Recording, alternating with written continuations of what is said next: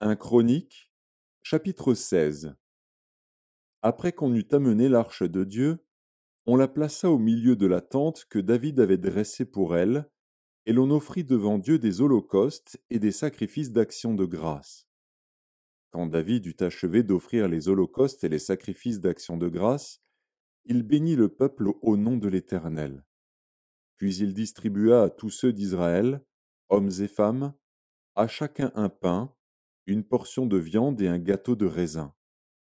Il remit à des Lévites la charge de faire le service devant l'arche de l'Éternel, d'invoquer, de louer et de célébrer l'Éternel, le Dieu d'Israël. C'étaient Asaph, le chef, Zacharie, le second après lui, Jéhiel, Shémiramoth, Jéhiel, Matissia, Eliab, Benaja, Obed-Édom et Jéhiel. Ils avaient des instruments de musique, des luths et des harpes, et Asaph faisait retentir les cymbales. Les sacrificateurs Benaja et Jacaziel sonnaient continuellement des trompettes devant l'arche de l'alliance de Dieu. Ce fut en ce jour que David chargea pour la première fois Asaph et ses frères de célébrer les louanges de l'Éternel. Louez l'Éternel, invoquez son nom, faites connaître parmi les peuples ses hauts faits. Chantez, chantez en son honneur, parlez de toutes ses merveilles. Glorifiez-vous de son saint nom. Que le cœur de ceux qui cherchent l'Éternel se réjouisse. Ayez recours à l'Éternel et à son appui. Cherchez continuellement sa face. Souvenez-vous des prodiges qu'il a faits, de ses miracles et des jugements de sa bouche, race d'Israël, son serviteur, enfant de Jacob, ses élus. L'Éternel est notre Dieu. Ses jugements s'exercent sur toute la terre. Rappelez-vous à toujours son alliance, ses promesses pour 1000 générations, l'alliance qu'il a traitée avec Abraham et le serment qu'il a fait à Isaac. Il l'a érigé pour Jacob en loi, pour Israël en alliance éternelle, disant: Je te donnerai le pays de Canaan comme l'héritage qui vous est échu.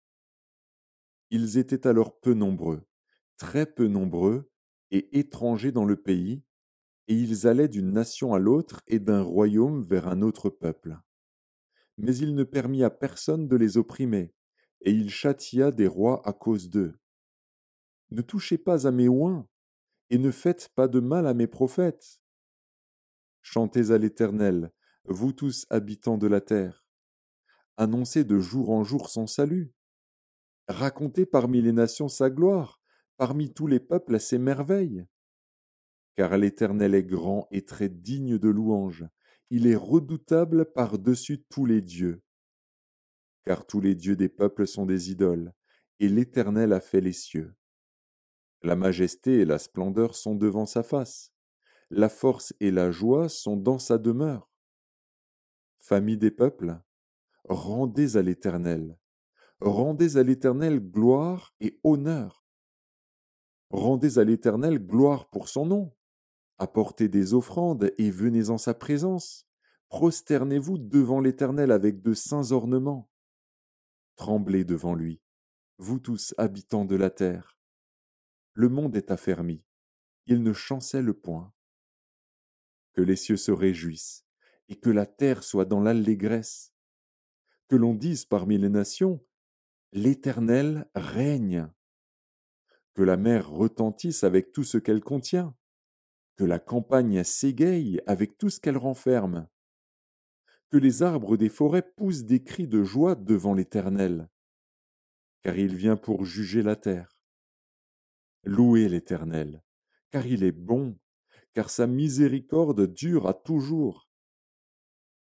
Dites, sauve-nous, Dieu de notre salut, rassemble-nous et retire-nous du milieu des nations, afin que nous célébrions ton saint nom et que nous mettions notre gloire à te louer. Béni soit l'Éternel, le Dieu d'Israël, d'éternité en éternité. Et que tout le peuple dise: Amen. Louez l'Éternel.